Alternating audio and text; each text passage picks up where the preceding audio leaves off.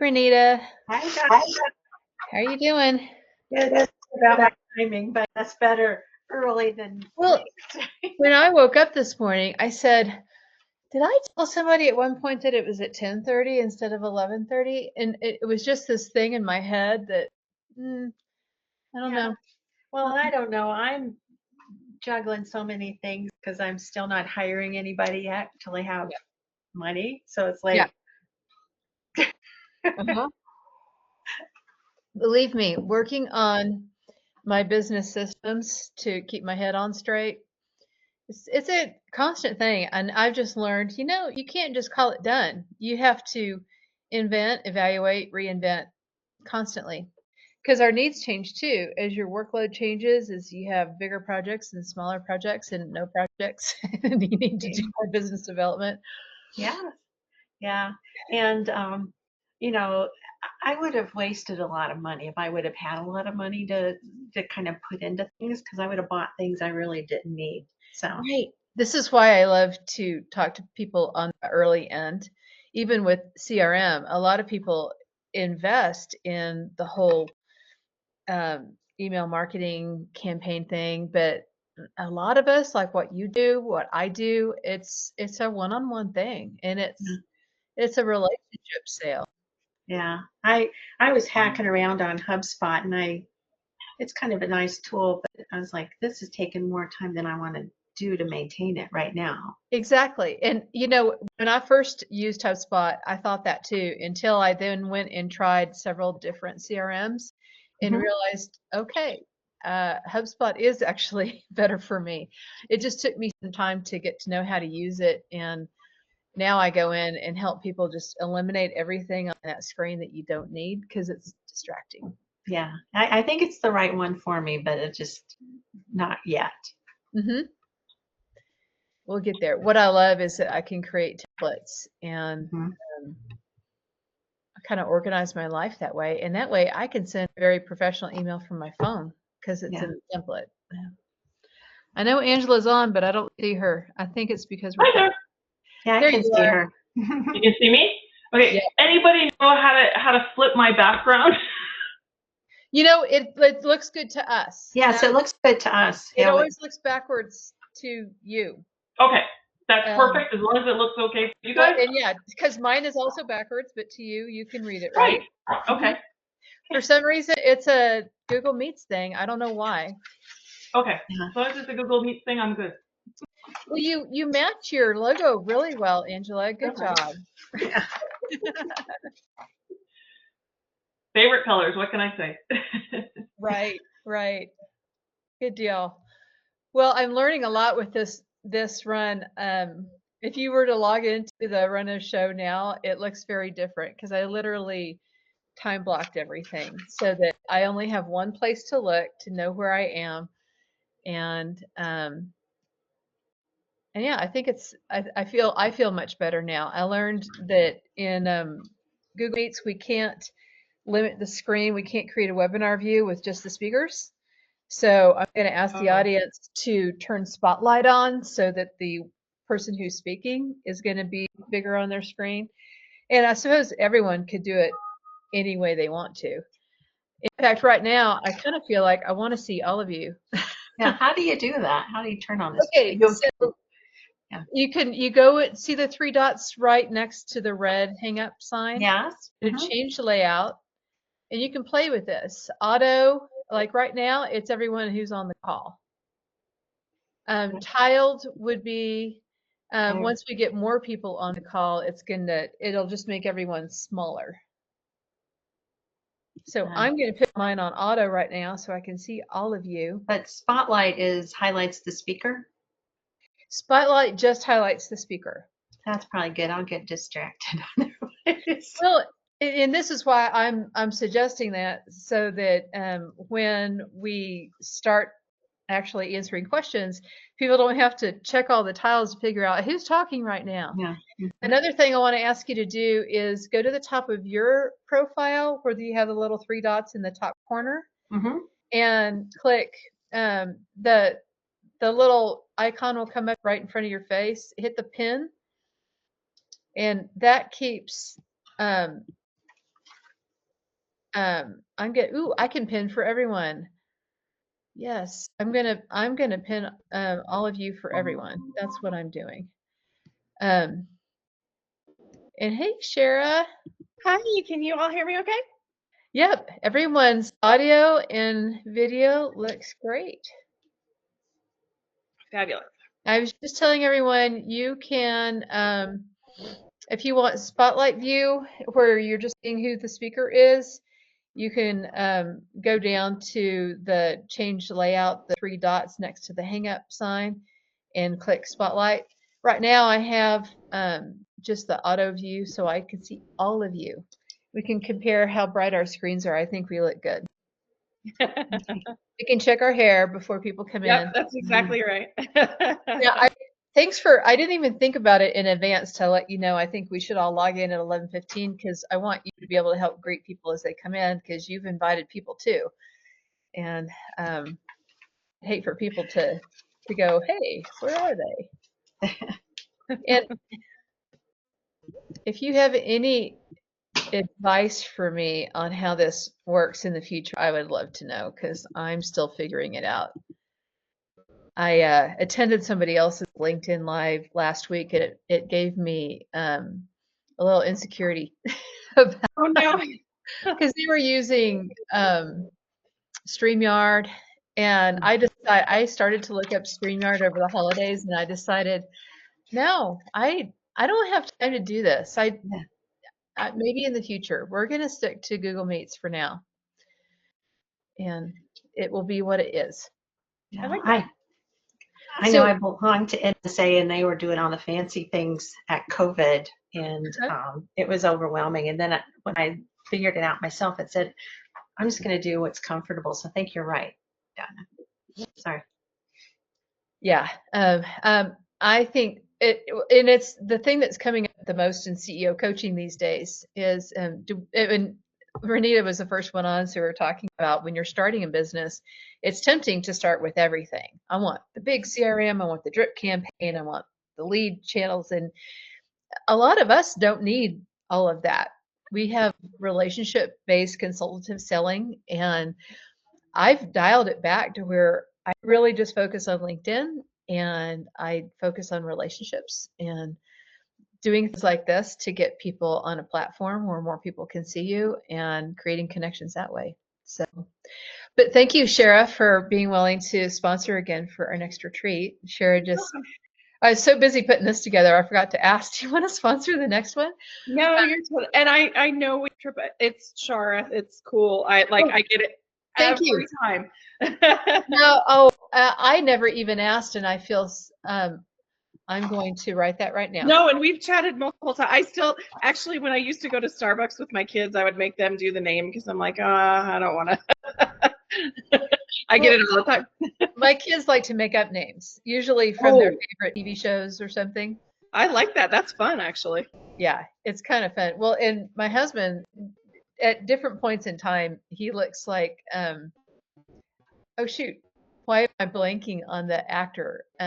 Used to be married to Meg Ryan. Anyway, he looked a lot like an actor, and to the point where he would go through a drive-through and people would think that. So he would actually use that name. Dennis, is it Dennis Quaid? Dennis Quaid, thank you. There you go. Dennis Quaid. And it just depends on their age and how their hair is done at the time. Sometimes he doesn't look like him at all. And yeah, it's pretty funny. They're like, we got a real life celebrity spotting today. Yep, exactly.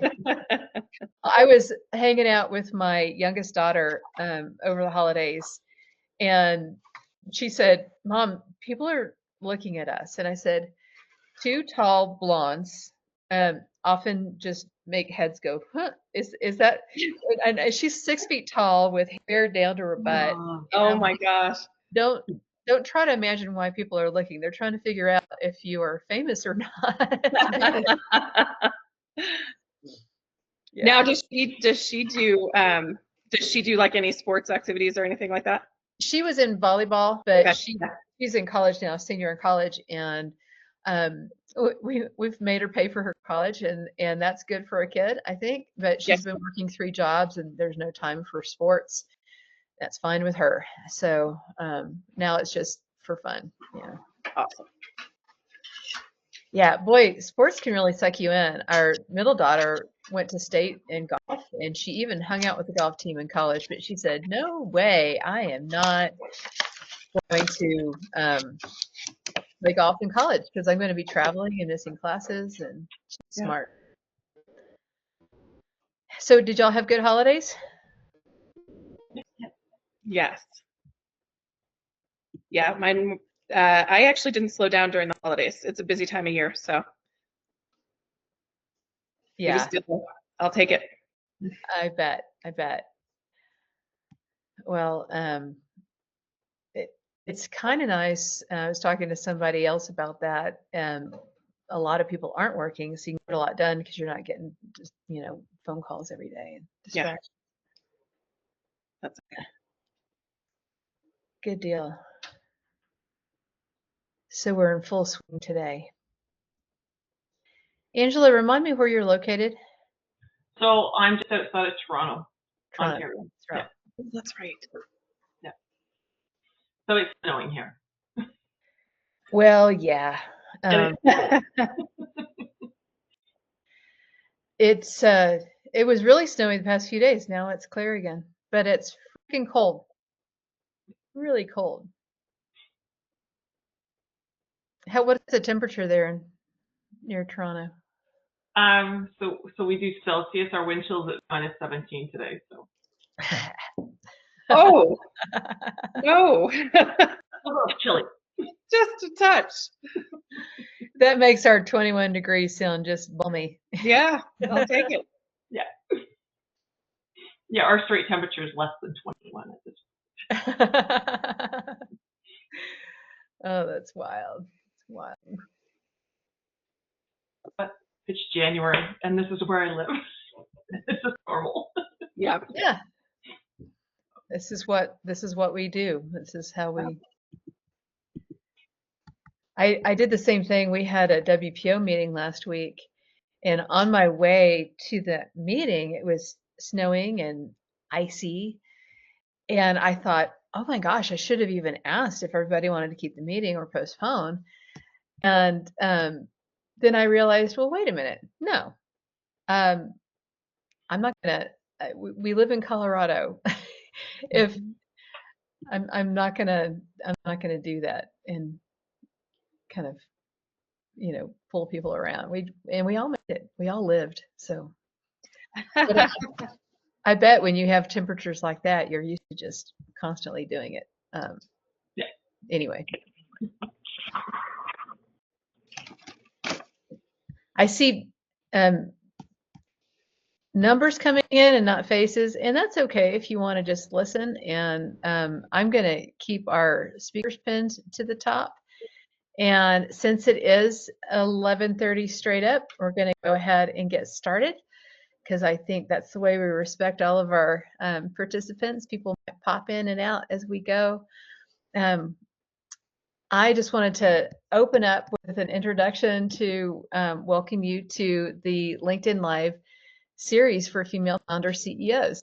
I have been developing a consulting business connecting female founder CEOs who serve the same customers. So you as a CEO can cultivate a network that will catalyze more leads. I run several CEO peer roundtables and created this new LinkedIn Live series in 25 to bring valuable information to my coaching clients who don't want to take up space in our coaching sessions to go off grid and talk about different issues. So this is where we bring really great, knowledgeable female leaders to talk about the things that you need to be successful in your business. And this is recorded today, and it's going to go in my YouTube library. So if you missed the full session, and you'll see a link at the end of this to be able to access the full recording. So before I begin, I just want to suggest that I have pinned all speakers to the top, and that should keep all of our panelists on the screen so that you can hear them. You can change your layout to spotlight if you want to just see the person who's talking. by going down to the little 3 dots next to the red hang up sign in Google Meets. And you can change your layout there, play around with it as it suits you. And I also, I already pinned everybody, so you don't have to do anything else. I want to introduce our speakers, not in the order in which you see them on the screen, but the order in which I have them written down on my cheat sheet here. Shara Hubert with Transworld Business Advisors, wave as Shara. As an experienced strategist and M&A advisor, Shara helps guide businesses through the complexities of buying and selling a business with expertise and transparency. She brings the sales and marketing background to her work as a strategic architect, helping businesses scale and navigate the challenges of growing and preparing to exit.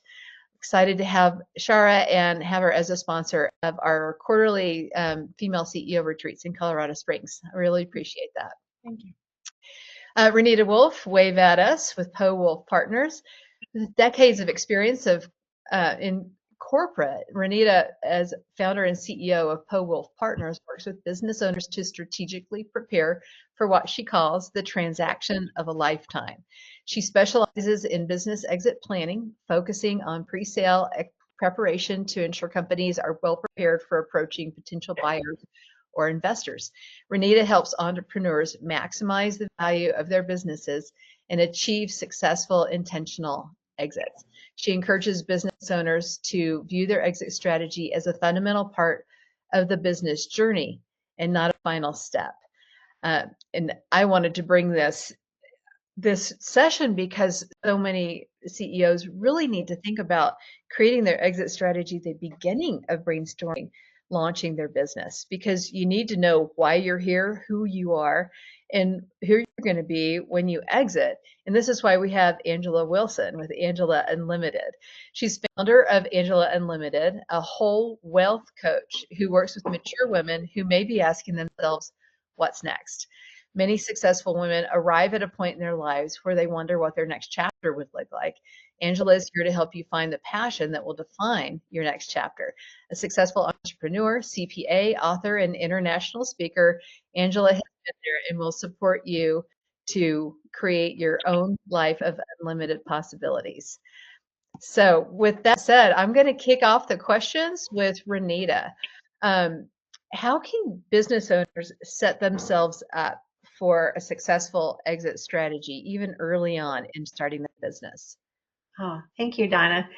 Yes, this is a subject is near and dear to my heart and something I love to talk about. And I would highlight three different things today. One is, first, build a strong, successful business, one that is profitable, has positive cash flow, growing revenue, and is sustainable over time. And I know for us business owners, that's our primary goal when we start out in business. So build a strong business, that's really important.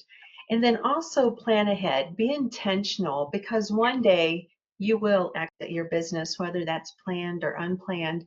And like I said, just think ahead and be intentional. Don't not even think about it, because that's not good. And the reason, and I know our audience today there's women, but this applies equally to men and women, and we have a lot of WPO members involved. And women bring a different value to their business or look at their business, and one of those is around their values. And this also apply to men, but more so to women, is they want to build a legacy and have an impact in their business, in their community, with their family. And they want to make sure that their businesses are sustainable over time. And then they also want to empower others. And generally, women are nurturing and want to build and grow their employees and the skills that they have. But the challenge that people face when looking ahead at an exit is that they're not familiar with exit strategies and the related complexities, because it can be very complex. And I know other... It should be on the naughty list. Visible in the day and brilliant at night for all Check your volume, everybody. Many of us have our phone or tablet with us when we're away from our desk. Okay. Yeah. I'm gonna. Okay, I think we got it. Thanks. Okay. So naughty list. well, I laugh because it reminded me of my corporate days. Inevitably, someone would put us on hold, and that's what the entire group would hear. So that's what that sounds like. But as I was saying, the challenges around exit planning are that because people are not familiar with the strategies and they are complex. There's an entire ecosystem, which we're going to talk about today, involved when it comes to thinking ahead. But by not being intentional and planning ahead, that where an owner delays risking financial loss or missed opportunities. Because one of the things I like to point out, statistically speaking, a business owner's business represents about 90% of their net worth on their personal balance sheet and their net worth statement. So it is important that a business owner look ahead so that they can realize that value when they do go to exit. So thanks, Donna. Yeah, good, good. And speaking of value, I'm curious to hear, Shara, what you think about as I grow and scale my business. What can I do to make my business more appealing to potential buyers? That's a great question, Donna. Thank you. I think there's a couple of things. One, as a business owner, you need to think about your business separate from you, yourself, as the entrepreneur. You need to think about it as a living, breathing organism in and of it and to itself. My hope is always that somebody has worked with a Renita before they get to me, right? Because they're thinking about how to maximize their value. And the other point, there's a couple of tidbits I'll give. The other point I always like to give business owners is that oftentimes a lot of the, especially small to mid-sized business owners that I talk to, don't realize that there is an exit path for their business. 90% plus of businesses can exit in some way, shape, or form. And a lot of times the entrepreneur doesn't think about that because the business is reliant on them or they are the brand. There are things that you can do to increase your value, even as a small business entrepreneur. And my encouragement is always get some value. You have spent your career and lifetime building this business. You should see some value upon the exit of that in whatever that looks like. So there's a couple of key tidbits I always give. One, even if you're that small business entrepreneur, make sure the business is not 100% reliant on you. What systems and processes and things that you can put in place that somebody else could come pick up and run with that are going, they can say, oh, I don't have to have the owner here in the business. The other thing is, Renita, you're 100% right. This is about profitability, right? When you're talking about the value of a business, it is about the profitability. So, and I'm not a CPA, I don't advertise to be one. Your CPA will tell you to take your tax deductions and minimize your risk. Well, when you think about exiting your business, you should start to shift your mentality and think about what is the bottom line cash flow and profitability to the business, because that's what a potential buyer is going to be looking at in terms of the value of the purchase of the business.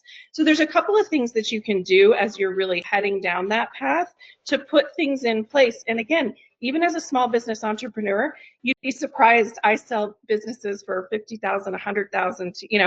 There's value to the business that you've created. So don't disregard that. You've spent your life doing it. Make sure that you see some value when you decide to exit. That's great. That's good. Good advice. I am curious to know, Angela, as we're talking about anticipating value and making these advanced plans, what are some of the things, I'm going to back this up. As a female CEO, often we quit our day job to start a business because it is the culmination of who we are. We're adding our best talents.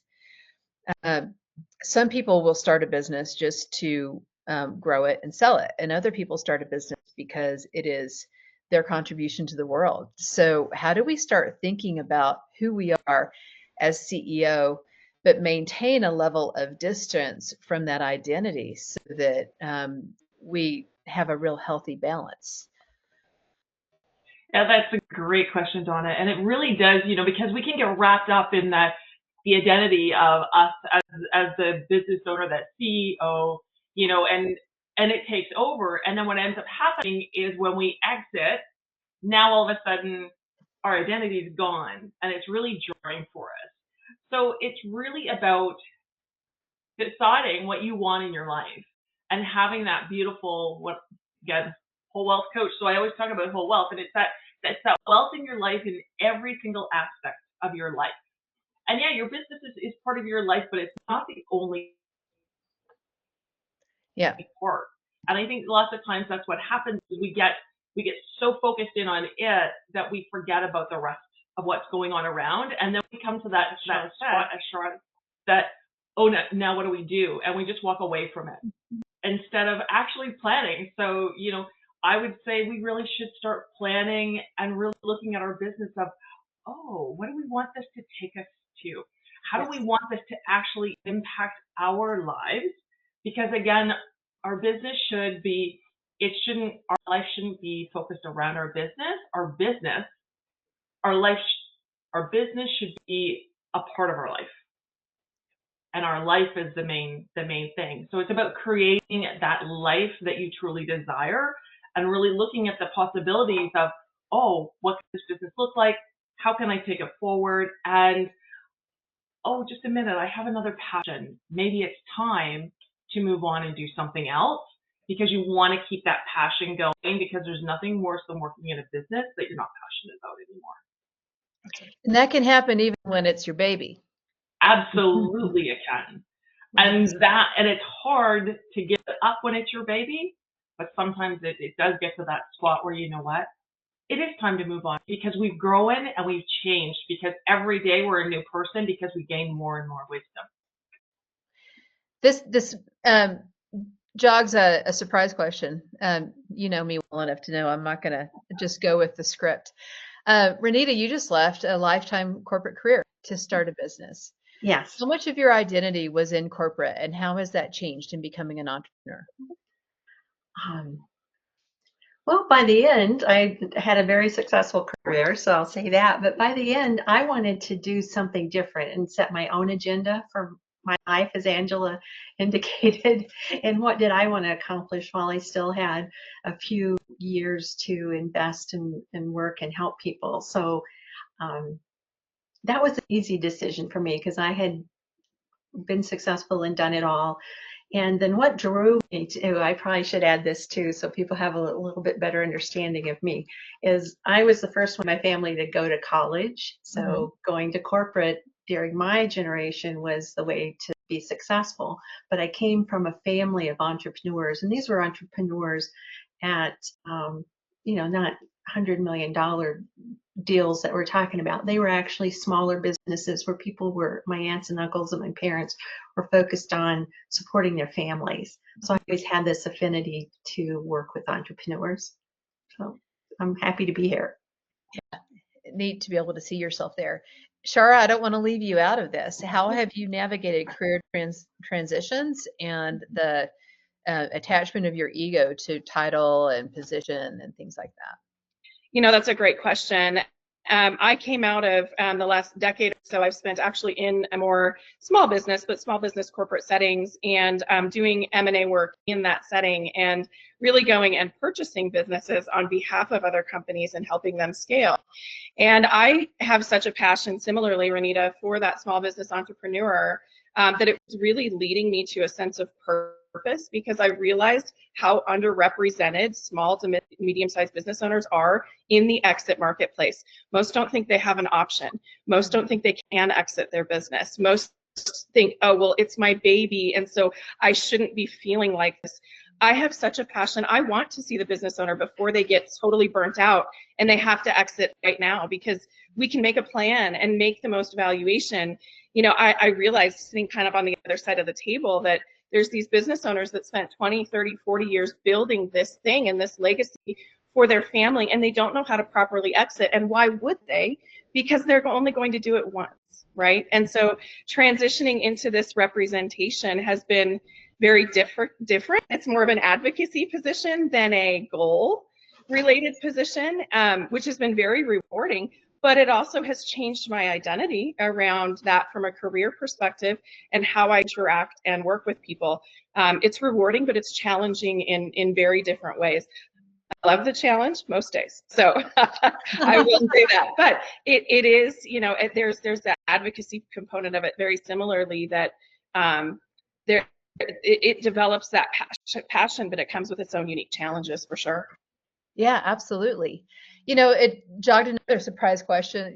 With a family business, um, h- how far in advance should a family business decide, is this a legacy business that I'm passing on in my family, or am I growing this business to sell?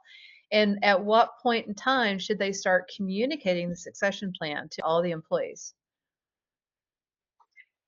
I'm sure we'll all have different. I was going to toss that up, but I'll offer my own 2 cents there, Yeah. and then let the other ladies speak as well. My answer is always as soon as possible. I like Renita's answer of when you start the business. That's the ideal situation.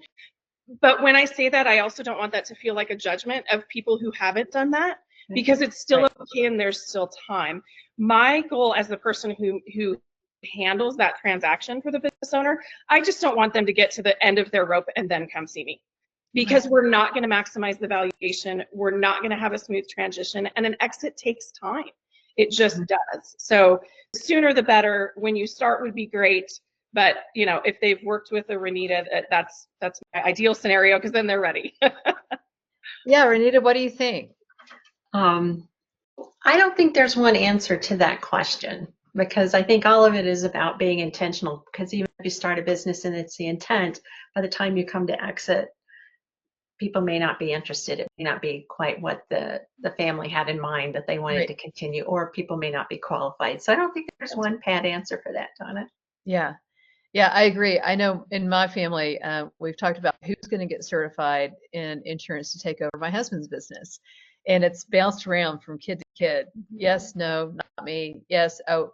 And now finally, my youngest says, I think I'm the one that makes more sense for me to get certified. And I said, okay, good. Yeah. Let's put a plan together so that we know what's going to happen. Well, and it's okay if it doesn't go on to second and third Mhm. generation. The statistics will tell you sometimes that's not a success, and oftentimes that might be the case, and that's okay too. Yes. Well, and this is why it's good to understand really what you want to get out of it. Sometimes selling the business is the ideal solution, but we want to make sure it's well positioned to sell. And there are little things in that. I know from just the perspective of creating business systems, I do a lot of CRM consulting. If you are hosting your customer list on any kind of shared site, then you lose the ability to package that as part of your asset package when you're selling the business. So keeping that CRM is a real key part, and keeping that customer data really clean. Um, that's just a small thing in the context of business operations. Angela, what have you run into in terms of people that you're consulting with, figuring out that they've run up against something that they wish that they had thought of 10 years ago? Well, I think, and that's great that you just said 10 years ago, because I think that's one of the key things is we tend to look at what's coming up for the next year, what's coming up maybe the next 2. Maybe we decide to get out to 5 years, but then what ends up happening is all of a sudden it's like we start thinking 10 years, and that's too big. Yeah. So then we retreat back. Mm-hmm. Because we don't think that we can accomplish the things that we want to accomplish in 10 years. So for somebody thinking, I'm starting out in business, what do I want 10 years from now? It's going to look a lot different as you move along. And so what I've found a lot with the women that I work with, it's that they hit that a life changing moment. So now the kids are out of school, now they whatever it may be, because it's very different for every person. But it's that what I call season of transition. And now all of a sudden that passion isn't there anymore. Mm-hmm. And now all of a sudden they're going, I don't want to do this, but I worked so hard. Mm-hmm. And so it's about re-envisioning, reimagining where you are right now and really where you want to go. And then starting to take Yeah. the steps, because as Shara said, it does take time to exit. So if you can really get that 5 to 10 year plan going, now you're going to have a really graceful exit, and you're going to come out of it, and you're going to know what your next chapter is. Because the one thing that I would say you don't want to do is walk away without the next chapter, at least the beginning part of it, envisioned, because it's completely jarring Right. to do it the other way. Yeah. Don't start to put all the exit plans in order without knowing what that next thing looks like. So you have to have something you're shooting for. So how would you differentiate between I'm tired and I don't have passion this week because I really need a vacation or a nap, or the kind of fatigue that comes when it's really time to exit the business?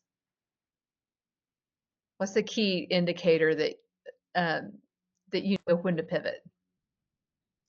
So from the ladies that I see, it is all about the drive isn't there anymore. So yes, you have that, oh, I'm tired, I need a vacation and that type of thing.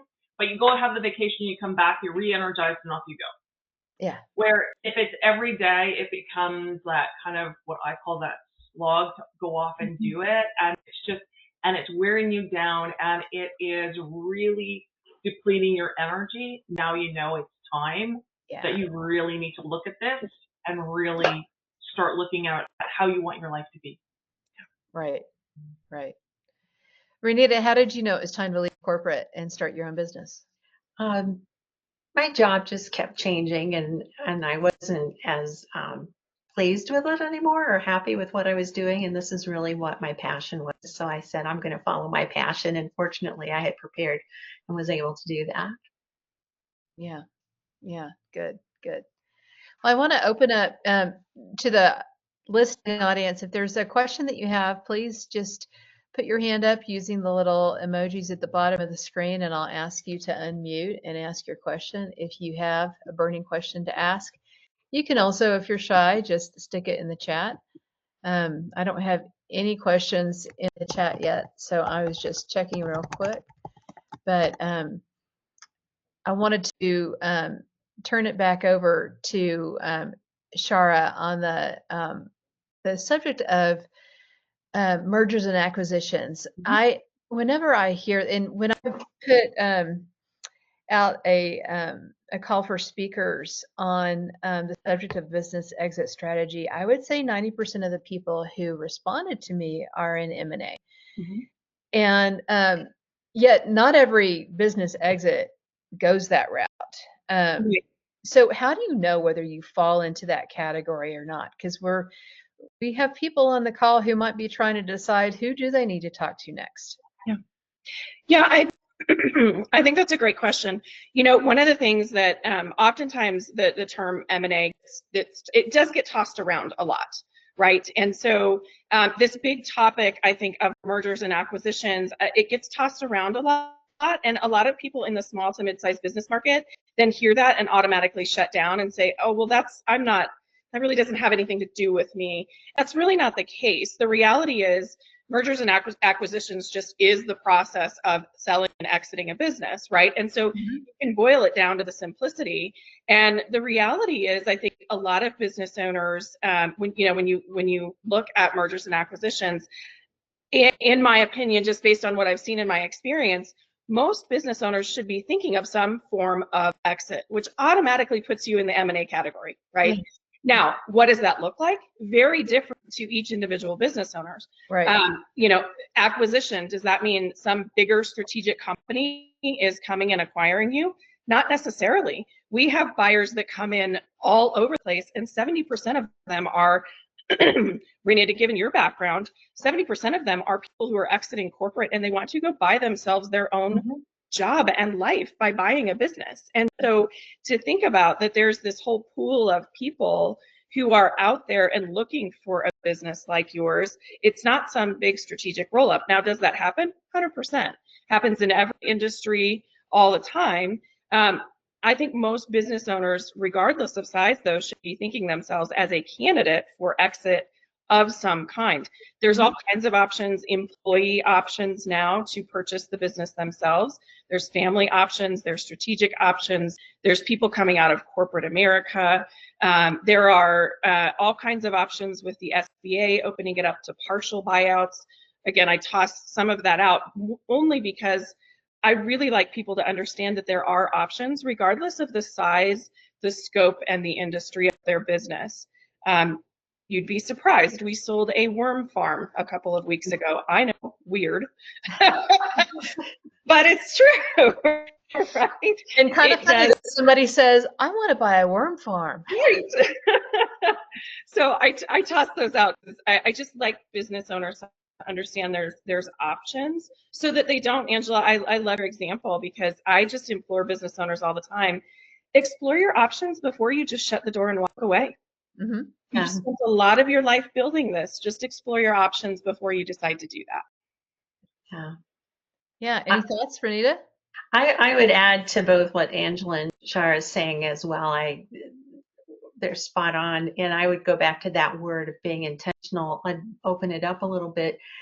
Who would you ideally like to buy your company? Because maybe it's not a strategic buyer. Maybe it's a family member. Maybe it's a customer who says, I like your business, or someone else you know in the community. So that's part of it, is ideally, who would you like to buy your business, and setting that intention, because it is your baby. And people may be surprised, but one of the major reasons I've seen that people don't plan for their exit, because they don't think that their customers will be taken care of. They don't think that their employees will be taken care of, or other things that they believe people can't do it quite as well as they can. So they just let the business go, which is unfortunate. But being intentional about, maybe you take less value from the business, but it goes to a good home after you're finished with it, for example. That's a really good point.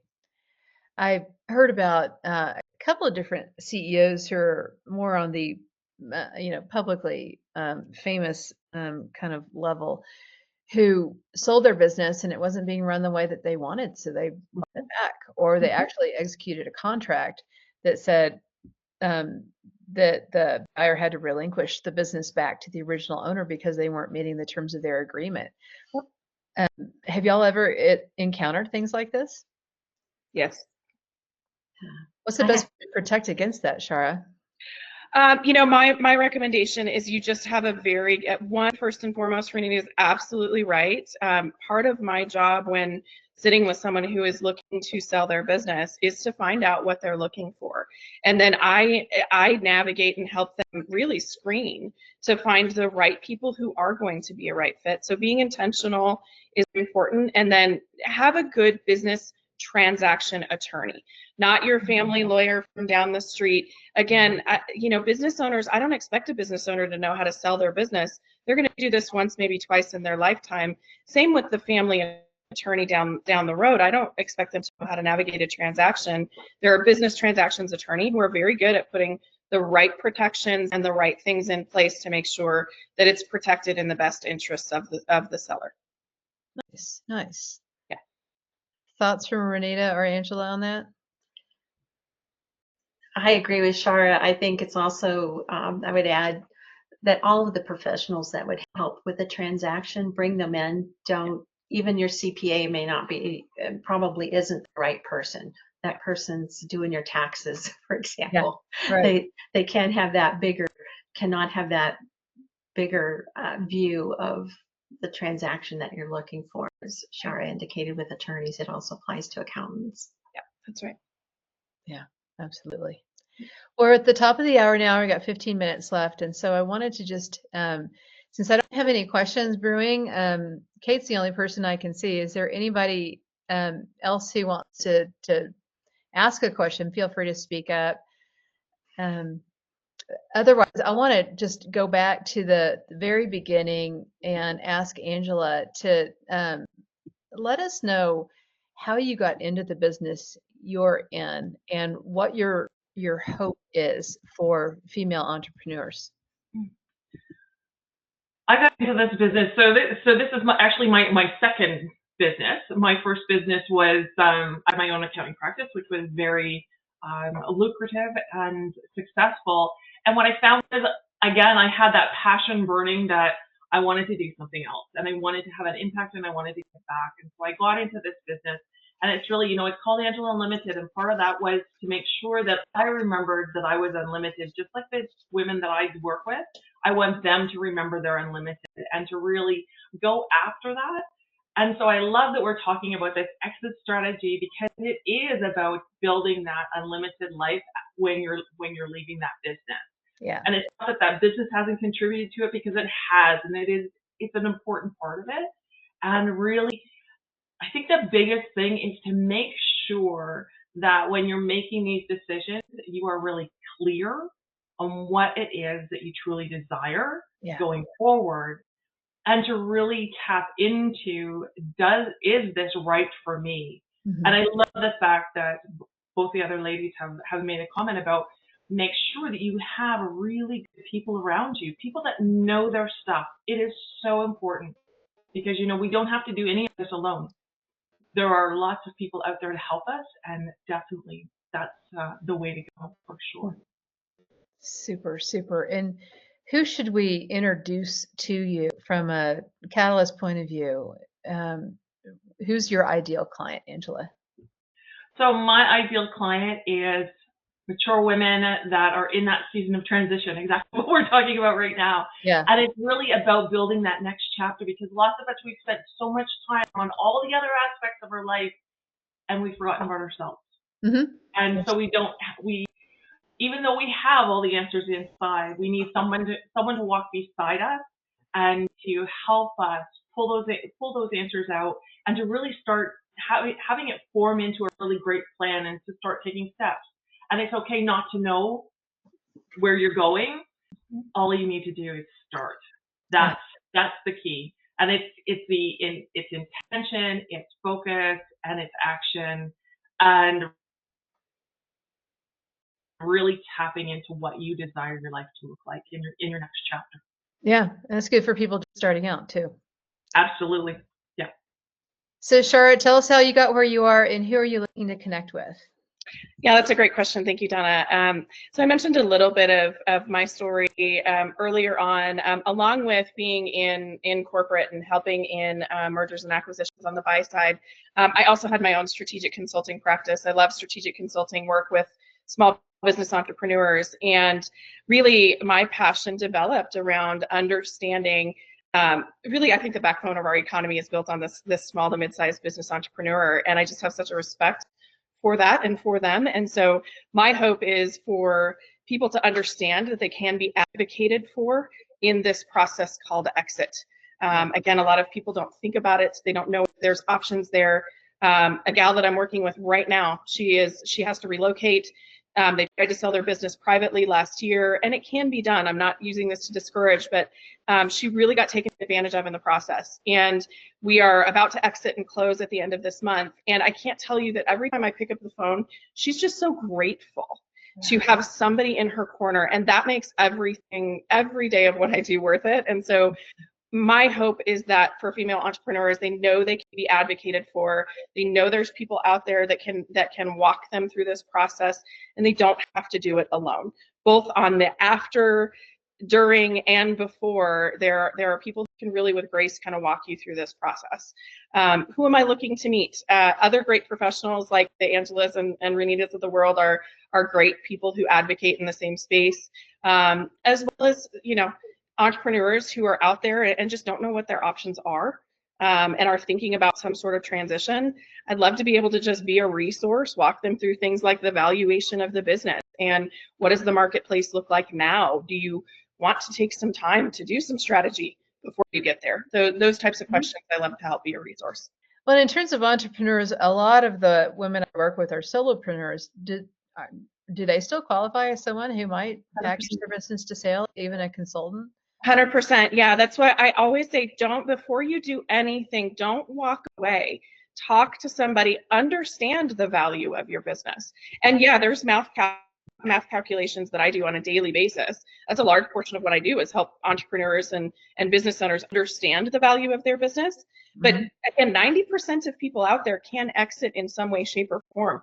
I help distressed businesses exit. I don't love that we get there, and that's sad for me for them, but at least we can. One business I just helped exit, they were completely distressed, had to shut their doors, but we got them exited. They were able to pay off their debt, get out of the business, and not have a huge looming SBA loan hanging over their head. Great. I don't love that we get there, but it's an option.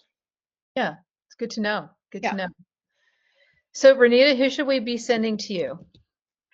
My ideal client is a business owner, middle market size generally. So that's my ideal client. And then also from a network perspective, I mentioned earlier that exit planning is an ecosystem. It's not just one piece of it. As Shara's indicated, she's more at the transaction, getting ready to sell the business.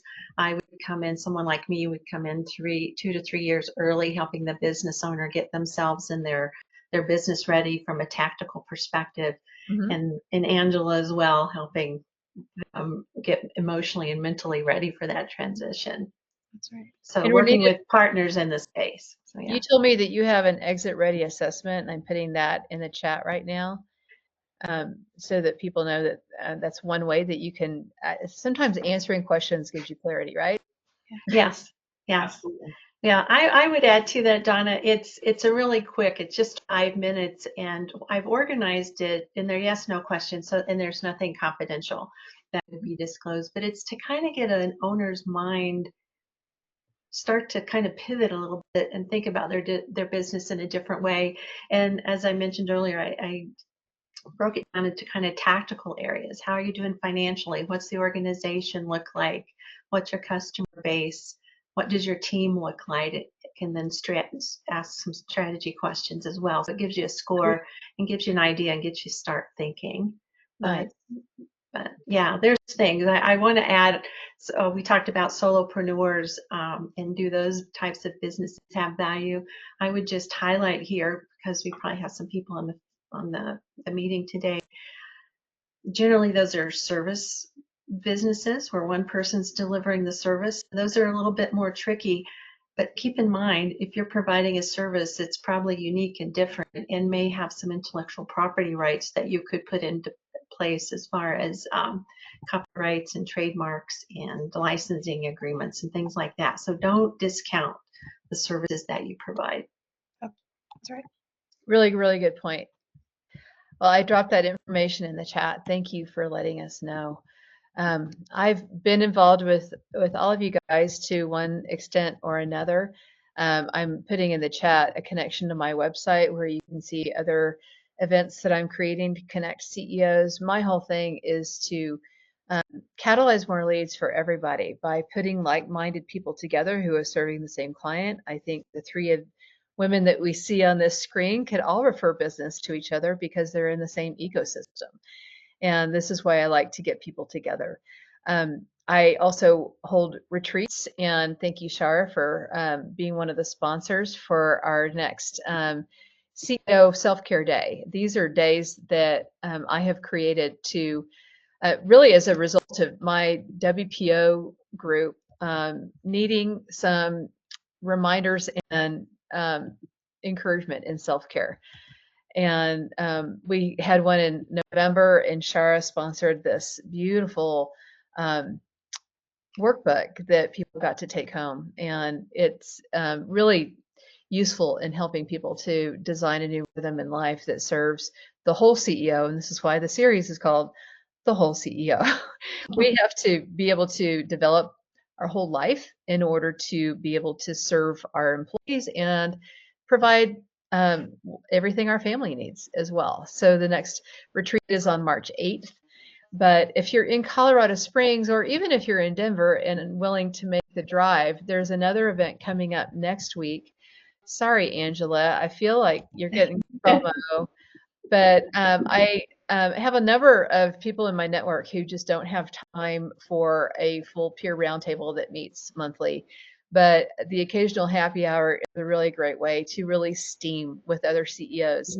So, in fact, one of the CEOs who requested that I do this said in Seattle, she called it a drinking club with a networking problem because we all know what it's like to go to a chamber mixer or something like that. You meet a confluence of people, but to get in a room that's only other CEOs is really rare. So that's what I'm trying to create with these events. So that happy hour is open to anybody, and to the extent that we crowd it out is just good news because that means we'll just open up another table. And for everyone, including Angela and anyone who's not in Colorado Springs, our next LinkedIn Live is on February 11th. And this is with a group of women I know from the Dames. It's a group of 6, 7, and 8-figure CEOs who really exist just to lift each other up. And we are all part of this. We have different pods where we have things in common, and these are all people in business operations. So these 3 volunteered to give you kind of a glimpse into business operations, how to get that back office working for you. And I encourage you to come and share this, invite your friends, because everyone has operation struggles. And didn't we just talk about that when we were waiting, Renita? Just how we have to create systems, evaluate our systems, and then reinvent our systems. And that might need to happen weekly. So this is why there's never a limit to how much we can glean from learning about business operations. So I hope you can all join us for that. Any other final notes before we end this video? Everybody's happy. Okay. Well, I'm going to download the video. I'm going to put it in a YouTube library that has all of these LinkedIn Lives. So you can always go back and find them.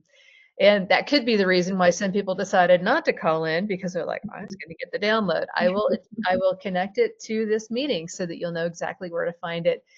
And I hope to see all of you next time on February 11th for the next LinkedIn Live. Thank you so much. Thank you.